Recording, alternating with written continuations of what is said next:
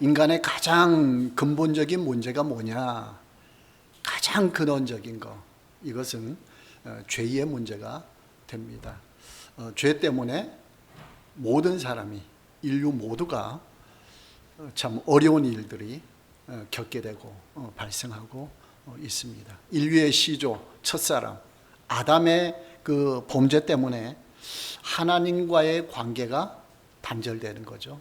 하나님과의 관계가 단절되면 하나님으로부터 오는 은혜와 축복이 없어지게, 사라지게 되는 거죠. 그러면서 이제 죽음까지 오게 되었습니다. 그러니까 인간에게 죽음이 온 것은 죄 때문에 왔다라는 거죠. 그러니까 인간이 가장 두려워하는 것이 뭐예요? 죽는 것이죠. 죽음이죠. 이런 상황이 처해졌다라는 거예요. 그 죄의 문제를 해결해야 죽음의 문제도 해결이 된다라는 것이죠. 그러니까 아담은 첫 인간으로서 인류의 대표가 되는 겁니다. 그 대한민국의 운동 경기 그 국가 대표가 있잖아요. 자, 다른 나라와 경기에서 승리하면 대한민국 국민 모두가 승리한 것이죠. 졌다 그러면은 대한민국 국민 전부가 졌다라는 거예요.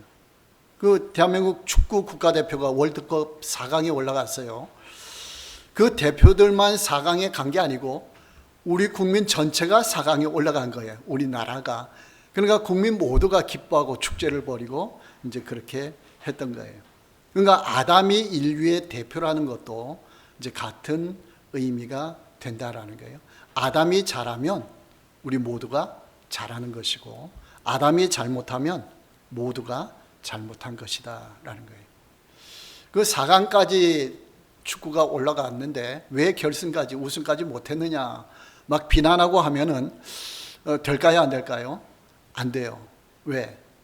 내가 갔으면은 어떻게 돼요? 더 못했죠. 예선에서 탈락했겠죠. 이제 그런 상황이 발생하는 거예요. 내가 에덴 동산에 있었으면 선악과를 먹지 않았을 것인데 아담 때문에 잘못됐다. 이렇게 하면 이게 틀린 말이 되는 거예요. 왠가아니요? 아담이 대표이기 때문에 아담이 잘못했으면 내가 거기 있더라도 잘못한 것이 된다라는 거예요. 이게 대표 원리예요. 그러니까 아담의 원죄가 지은 죄를 원죄, 원초적인 그 죄거든요. 그 죄가 인류에게, 그 후손들 모두에게 흘러내리고 있다라는 거예요. 그렇기 때문에 우리 속에는 원죄가 있기 때문에 악한 행동이 나오는 거예요. 가정에서도 악한 짓 하라 가르치지 않죠. 학교에서도 착하게 살아가라 가르쳐요. 그런데도 악한 행동이 그냥 나오는 거예요. 나도 모르게 나오고 의도적으로 나오고 그렇게 되는 거예요. 왜 그러냐? 우리 속에 원죄가 있기 때문에 그 영향으로 그런 현상이 나타나는 거다라는 거예요. 그러니까 이 원죄 때문에 모든 인간이 힘들게 살아가는 거예요. 모든 관계도 파괴되고 그렇게 깨어지게 된다라는 거예요. 자, 그래서 로마서 3장 10절부터 보면요, 하나님을 믿지 않는 상태, 인류의 일반적인 그 현실이 어떠냐 이걸 보여주고 있는데요. 그 속을 딱 들여다보는 거예요. 겉으로 좀 드러난 모습 이게 아니고 속마음을 하나님이 보시는 거예요. 기록된 바 의인은 없나니 하나도 없으며 깨닫는 자도 없고 하나님을 찾는 자도 없고 다 치우쳐 함께 무익하게 되고 선을 행하는 자는 없나니 하나도 없도다.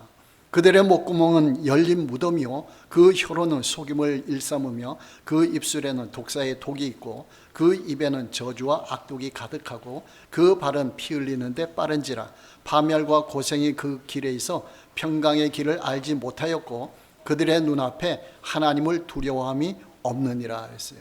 이것이 인류의 현실이다. 아담 이후에 타락한 인류의 현실이 이렇다라는 거예요. 그러니까 이것이 겉으로 좀 착한 것이 많고 좀 그 선한 일들이 많이 있는데 그래도 우리 속마음을 하나님 보시는 거죠. 속마음을 보면은 이것이 없는 사람이 없을 거예요. 마음으로 보면은.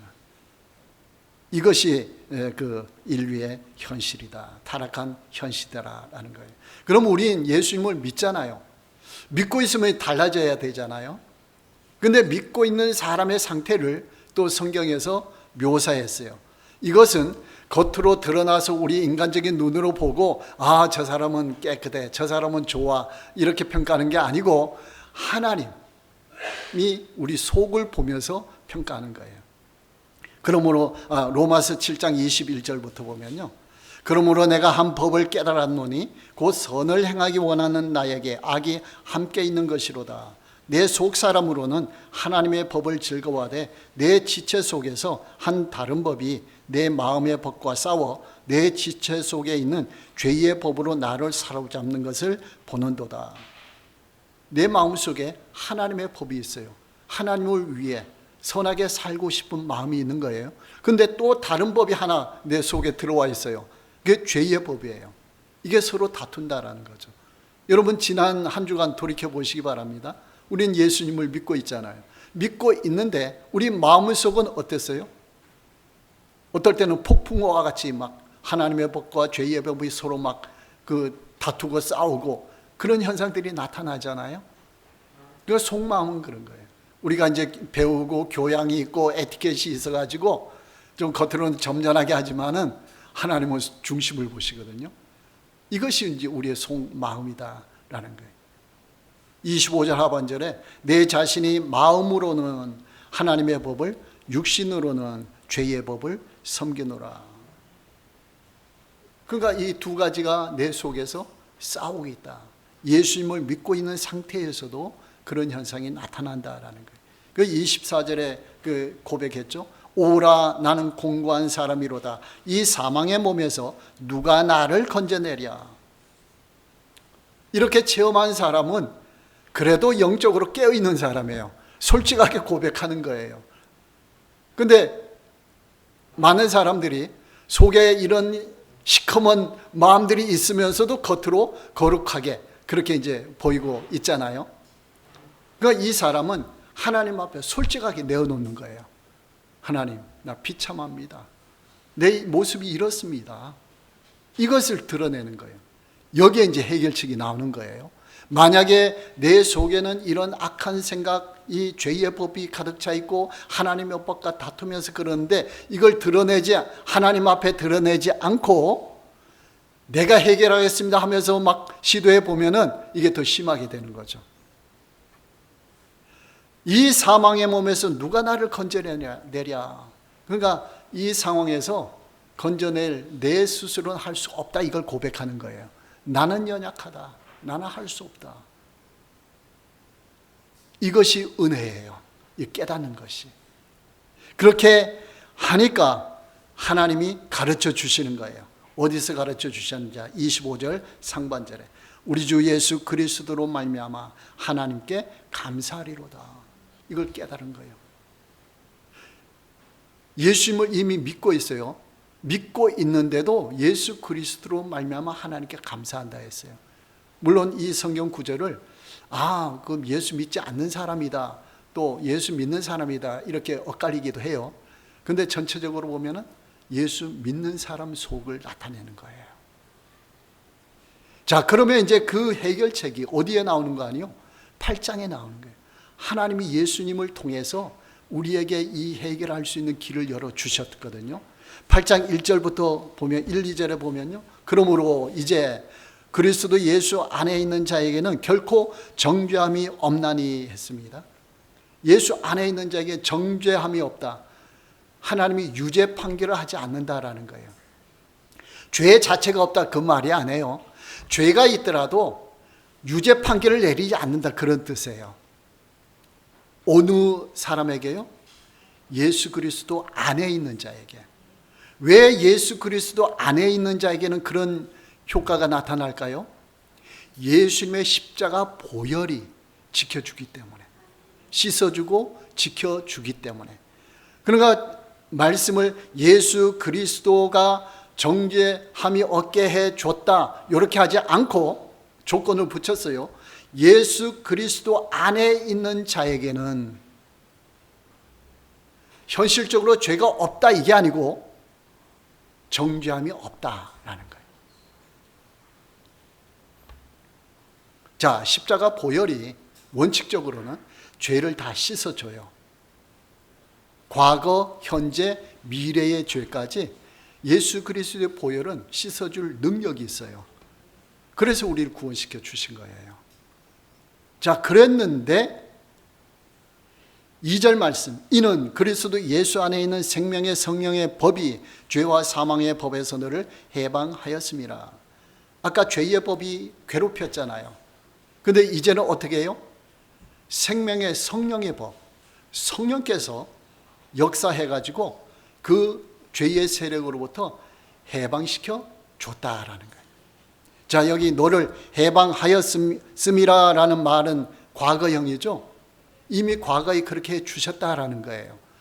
그러니까 예수님의 십자가 보혈과 성령의 능력으로 예수 믿는 사람은 이미 죄를 다 씻어 줬는 거예요. 해방시켜 준 거예요. 믿으십니까? 이미 원칙적으로 그렇게 놓으셨어요. 자, 그런데 3절 4절 보면요, 8장, 율법이 육신으로 말미암아 연약하여 할 수 없는 그것을 하나님은 하시나니 곧 죄로 말미암아 자기 아들을 죄 있는 육신의 모양으로 보내어 육신의 죄를 정하사 육신을 따르지 않고 그 영을 따라 성령을 따라 행하는 우리에게 율법의 요구가 이루어지게 하려 하심이니라 했습니다. 아까 2절 말씀에서는 해방하였음이라 그랬잖아요.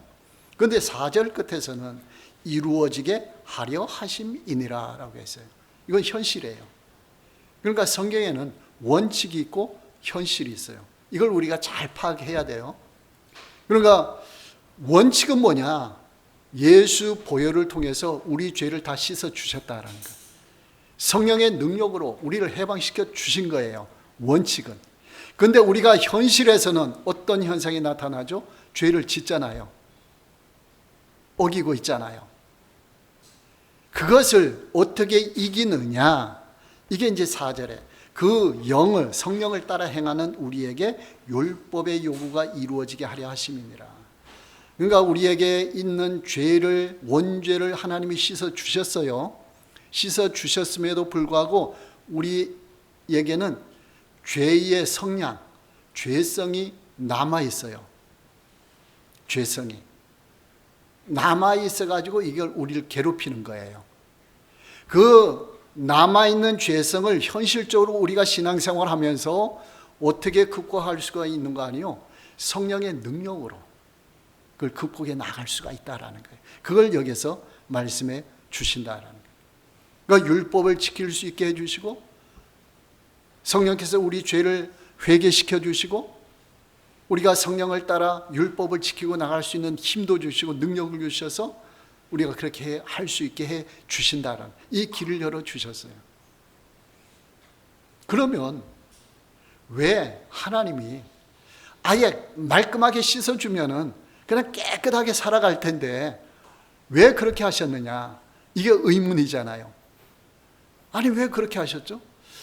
에덴 동산의 선악과를 없앴으면은 아주 좋았을 건데 왜 선악과를 만들어 놓고 왜 우리를 죄를 씻어 주셨으면은 아예 죄성까지 그냥 해서 예수님 죄 없는 예수님처럼 살아가도록 하시지 왜 죄성은 이렇게 남겨두고 하셨느냐?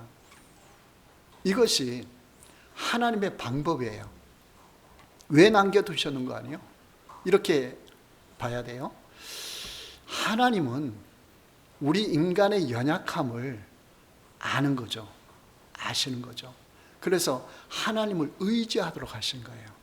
자, 처음에 에덴 동산에서 아담과 하와를 완벽하게 창조해 놓으셨죠.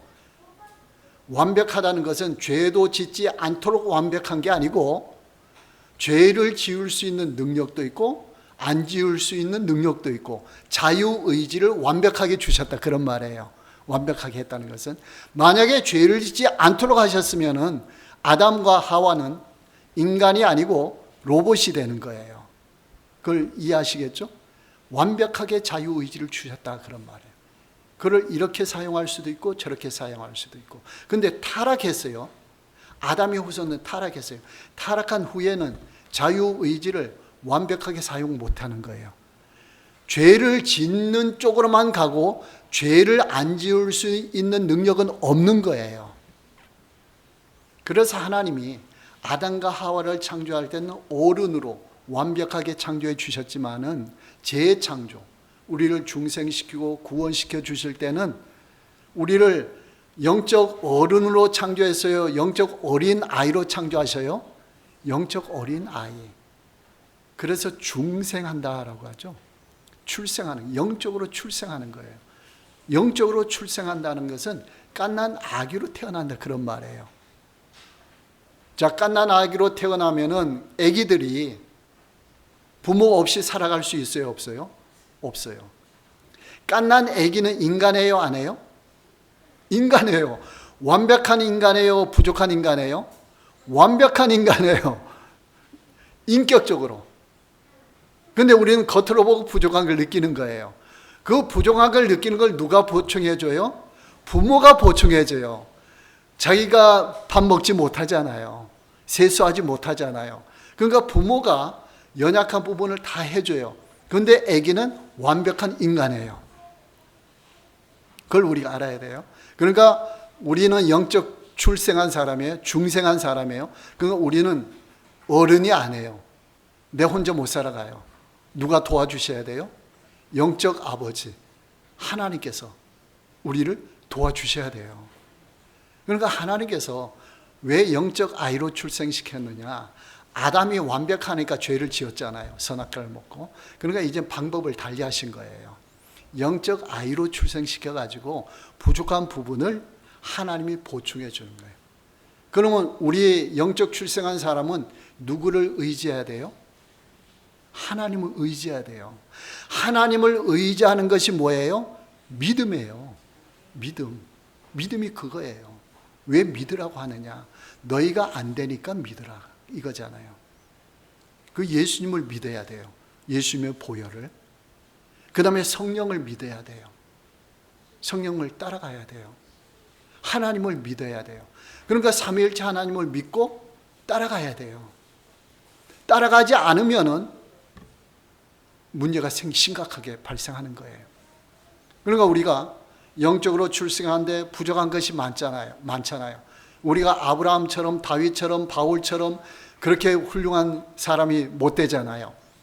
물론 인간이기 때문에 그들도 부족하지만 거기까지도 우리는 못 올라가 있잖아요.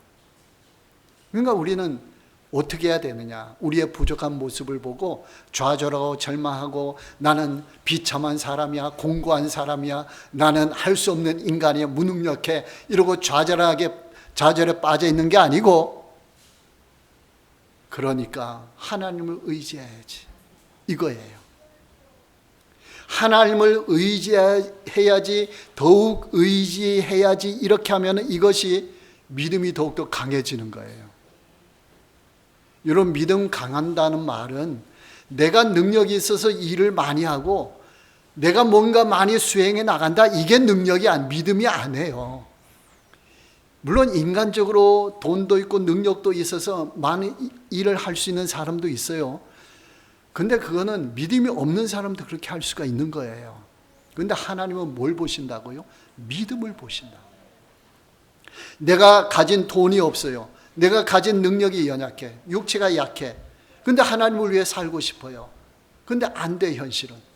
그럴 때 하나님을 믿고 기도하면서 하나님 이루어 주십시오, 역사해 주십시오, 기도하는 거예요. 그러면 내 능력은 작지만은 믿음은 큰 거예요. 우리가 믿음을 착각하기 쉬워요. 잘못한 인간적인 신념, 이걸 가지고 믿음으로 생각할 수가 있는 거예요. 우리가 흔히 거기에 유혹에 빠지는 거예요. 안 해요. 내 능력 발휘해서 하는 게 아니고 내 능력은 약하지만 하나님의 능력으로 합니다, 이거예요. 이게 믿음인 거예요. 여러분, 능력이 없다고, 재정이 부족하다고, 돈이 없다고 낭망하지 마시기 바랍니다. 나는 부족해도 믿음은 강할 수가 있어요. 오히려 부족하기 때문에 믿음이 더 강할 수가 있어요. 여유 있는 사람은 하나님께 기도를 덜 하거든요. 간절한 기도 안 하거든요. 근데 부족한 사람은 하나님께 간절하게 기도하는 거예요. 그걸 통해서 믿음이 자라는 거예요. 왜 아브라함을 그렇게 자녀를 이삭을 한 번에 주지 않고 몇십 년 동안 75세에 하란 떠나가지고 100세의 아들을 낳았잖아요. 갈대 우르에서는 그 이전부터 했잖아요.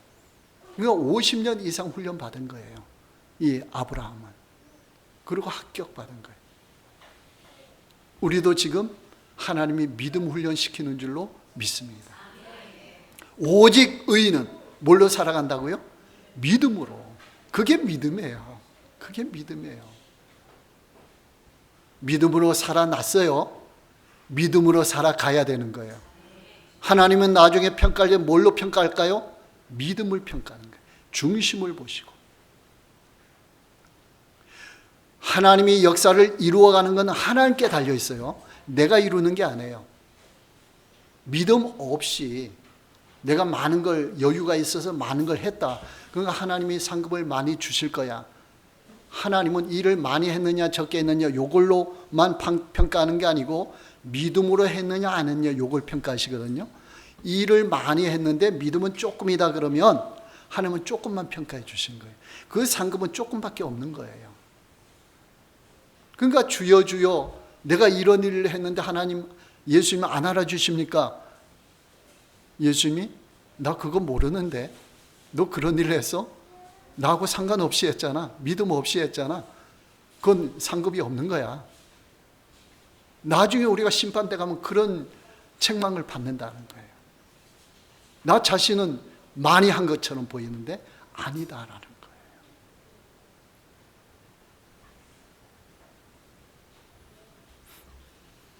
그러니까 죄의 문제에 대한 원칙이 있고 현실이 있어요. 우리가 지금 힘들잖아요. 힘든 상황이 여러 가지 개인적으로 많이 발생하잖아요. 그건 왜 그러시느냐? 믿음을 갖게 하기 위해서예요. 믿음으로 살아가라고. 하나님이 어떤 문제가 있을 때 우리가 기도할 때 즉각 응답해 주셨다. 그러면 더 이상 기도할까요? 안 할까요? 기도 안 하죠. 그럼 믿음이 발생하지 않는 거예요. 하나님을 의지하도록. 간절하게 의지하도록. 그러니까 우리가 힘들면 힘든 상황이 될수록 믿음은 더 크게 되고 하나님의 은혜가 더 크게 임할 수 있는 기회가 되는 거예요. 그러니까 성경적으로 위대하게 일을 했던 사람들은 모두가 깊은 구렁텅이서 깊은 어려움 속 이걸 통과한 사람이 하나님의 큰 일을 한 거예요. 그 사람들은 믿음으로 하는 거예요. 하나님을 의지하면서 하는 거예요. 근데 그런 통과하지 않은 사람은 자기 힘으로 해요. 중간에 무너져요. 하나님 원망하고 그렇게 되는 거예요. 여러분 훈련 잘 받으시기 바랍니다. 내 안에 자꾸 죄악이 일어나고 자꾸 어떤 안 좋은 일이 벌어지고 겉으로도 안 좋은 사건이 발생할 때에 나는 비참한 사람이야. 좌절하지 마시고 하나님께 감사하리로다. 이 길로 걸어가시기 바랍니다. 그러면 하나님께서 기다리고 계시다가 그래 잘했어 그렇게 칭찬하시고 인도해 주신다라는 거예요. 그래서 로마서 6장 우리가 계속 큐티하고 있는 내용들이에요. 6장 12절부터 19절 보면은 우리가 믿고 있다 할지라도 어떻게 해야 되느냐? 그러므로 너희는 죄가 너희 죽을 몸을 지배하지 못하게 하여 몸의 사욕에 순종하지 말고 또한 너희 지체를 불의의 무기로 죄에게 내주지 말고 오직 너희 자신을 죽은 자 가운데서 다시 살아난 자 같이 하나님께 드리며 너희 지체를 의의 무기로 하나님께 드리라 그랬어요. 그거 하나님께 드려야 되는 거예요. 원칙적으로는 우리 죄를 다 씻어 주셨지만은 현실적으로는 우리가 하나님께 드리면서 살아가야 되는 거예요. 이런 과정을 통해서 어떤 현상이 나타난다고요? 우리의 믿음이 더 강해지는 거예요. 하나님과 더욱더 가까워지는 거예요. 그런데 우리가 연약한 부분을 내팽개치고 그냥 신앙생활하면 하나님과 멀어지는 거예요. 믿음이 점점 사라지는 거예요. 그런 현상이 나타나요.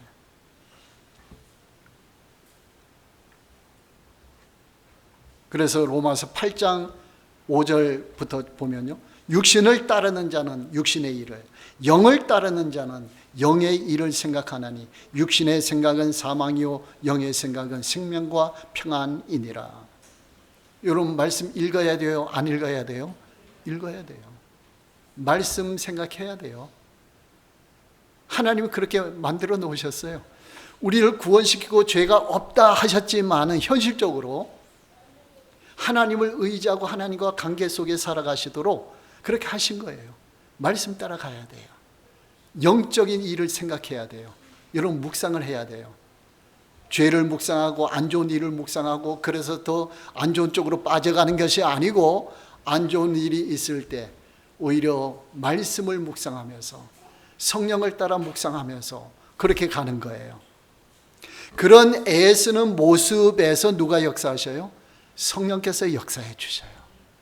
그럼 은혜를 체험하는 거예요.